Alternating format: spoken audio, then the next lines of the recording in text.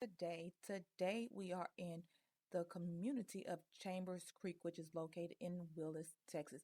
Now, this gated active adult living community has plenty amenities to offer its residents. The home that we are viewing is built by Coventry Homes. It is called Blessing.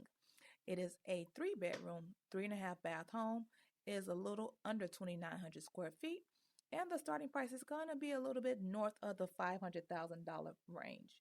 Now, the unique thing about this, since it is an adult living community, anyone under the age of 21 years of age cannot stay more than 90 days.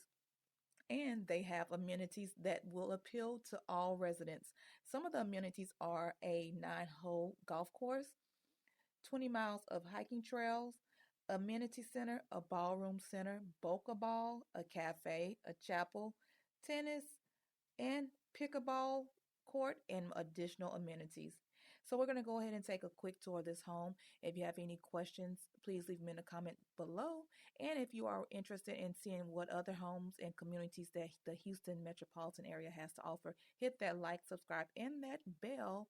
And if you don't know who I am, my name is Linda Blue, your new home consultant, helping you create the ultimate blueprint for all of your real estate needs.